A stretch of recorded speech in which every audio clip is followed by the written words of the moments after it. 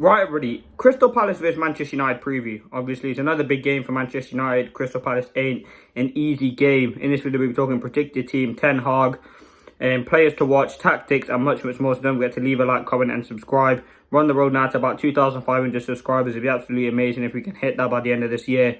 That is the aim. But without further ado, let's get into it. So, Crystal Palace vs Manchester United is a very big game. You remember last season, Crystal Palace absolutely smacked us towards the end of the season, 4-0. And I'm sure they did beat us at home as well. So listen, it isn't an easy game. Crystal Palace are a very good team. They play some very good football under Oliver Glasner. And they're going to certainly offer a threat to Manchester United. Now, obviously, United coming off a 7-0 win, rested some players as well. Start for this game, you've got kind of UGARTE, maybe Mount and Højlund coming back. We'll talk about what that could mean for Manchester United. Ultimately, it really is a big game for Manchester United. And I can't wait to see it. I mean, yes, the Barnsley game was good, but you want to see United in the Premier League. And I think, listen, obviously last season, yeah, we lost 1-0 and we lost 4-0 to Crystal Palace. So, listen, United do have kind of the percentage win going in. But ultimately, I think it will be a very tough game and it won't be an easy game. Now, in terms of team news, for Crystal Palace, they don't really have many. Like, they've got Chalobah, Franca and Riyad injured. For United, obviously, we've got no Yoro, no Luke Shaw, Malacia, Lindelof as well. Now, Mount and Højlund are back in team training now. I don't think they'll be a part of this game. I think it's too early to be part of this game. And ultimately, I don't think we need them for this game. I think if you look at the squad we kind of played and the team we played against Barnsley, I think that was a very good squad.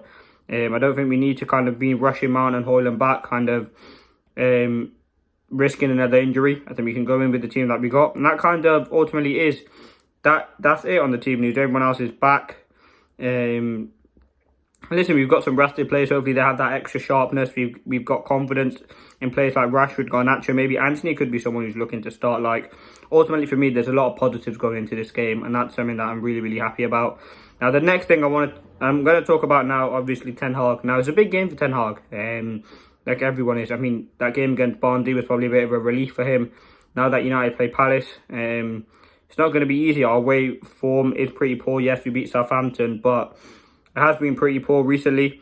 Crystal Palace are a top team. I mean, if you look at their games this season, they have done really well. They beat QPR in the Carabao Cup on Tuesday when we played Barnsley. Had a 2-2 draw with Leicester, 1-1 draw with Palace, a 4-0 win over Norwich, and then obviously losing 2-0 to West Ham.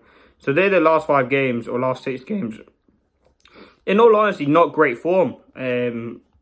Out of their last 5, only winning 2, losing 1, and drawing 2. Like, isn't the greatest form. And I think Manchester United definitely can use the players that we have to kind of get an advantage and kind of beat this Aston Villa side. And that's ultimately should be the aim. As I said, it's going to be a tough game. It ain't going to be easy. They're a top team.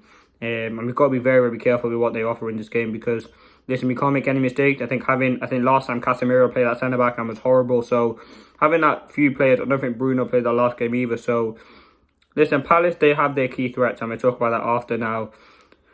Listen, let me get into the predicted team, kind of both teams. I think, as I said, Crystal Palace, before I quickly move on, very good opposition, a tough opposition.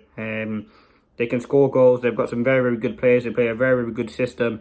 And it will be very difficult to kind of come out with. It's not going to be an easy game. Listen, Crystal Palace have smacked us recently. So, yeah, I'm hoping United can get the win. I'm confident we can. It's just about how we go into this game. And we got to go into it with him. We're confident. Yes, we're their away team, but still. The fans are going to be there, supporting as they always are. It's an absolutely vital game for us, and I hope we get the win. Now, as I said, teams from both now. I expect United to make maybe a couple of changes, obviously. Maybe more than a couple of changes from that game against Barnsley. Obviously, Onana will be in goal. He had a rest, so hopefully he'll be a bit more sharper now. I think Crystal Palace do create a lot of shots, so we've got to be very careful with the shots that they do take. They're very good from set pieces as well. So I think Onana's going to have to be alert, but he had a very good game in the last game anyway. Now, fullbacks is going to have to be Mazraoui right back, Delo left back. Luke Shaw, Malacia not quite fit yet. I think obviously, like I said in my preview for Barnsley, I think it was Delo that got 60 minutes and then Mazraoui got the last half an hour. So a bit of rest for Delo, a bit of rest for Mazraoui as well. So keeping them fresh with this game. Centre-backs obviously De Ligt and Martinez had a full 90 minutes off. Oh no, De Ligt came on, sorry. Martinez had a full game off. De Ligt got a couple of minutes just to quietly keep him fresh. Obviously, Maguire, Evans dropping out. It was always going to happen, and they're the players that we need in this game. With the threat that Crystal Palace offer, is going to make it very difficult. Now going into midfield, UGARTE has to start for me. I'd put UGARTE in that midfield. UGARTE, Mainoo and Bruno for me. That's the midfield I go for. Listen, people are going to say Casemiro. I want to see that midfield three. That's the longevity, and I think the kind of team that we have for this game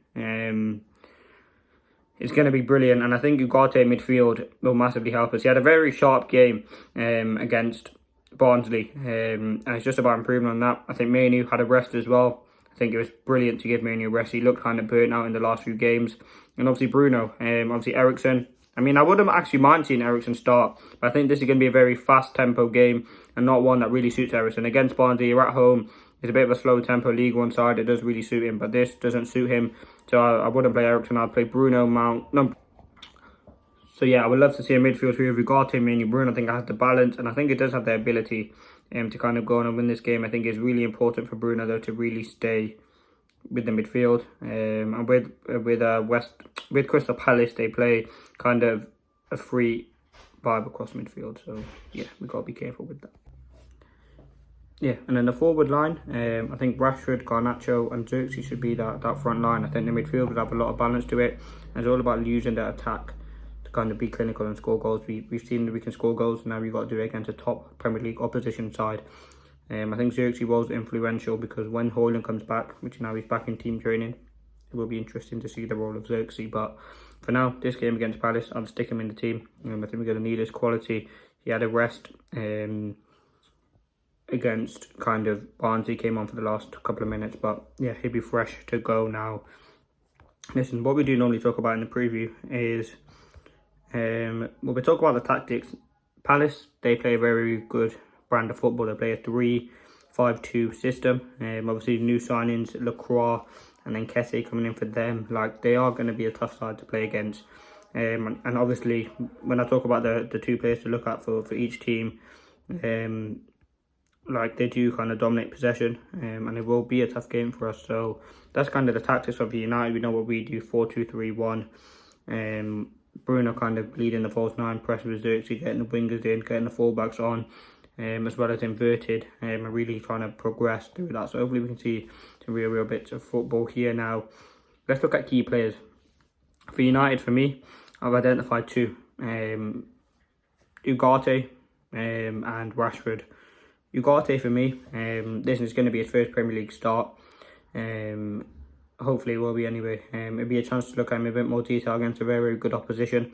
I think that midfield of Palace with Wharton, Doucouré and Eze in there, it's going to be very difficult to monitor. Getting forward balls into Mateta and Nketiah as well is going to be very tough for them.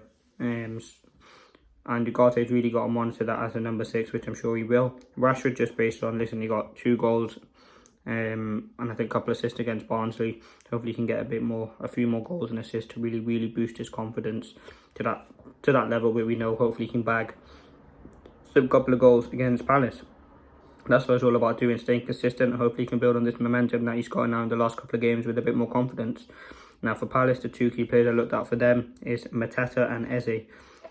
Both players on firing form. I mean, Mateta in the last game got 2 goals for kind of Palace in their last Premier League game. He's a very good player, and he definitely is I remember he scored a great finish against us last season. It was a top left, I think it was. Like, he's very good. And if you look at his stats this season, just in the Premier League, 4 matches, he scored 2 goals. Like, it's very good form, and he can certainly cause a threat.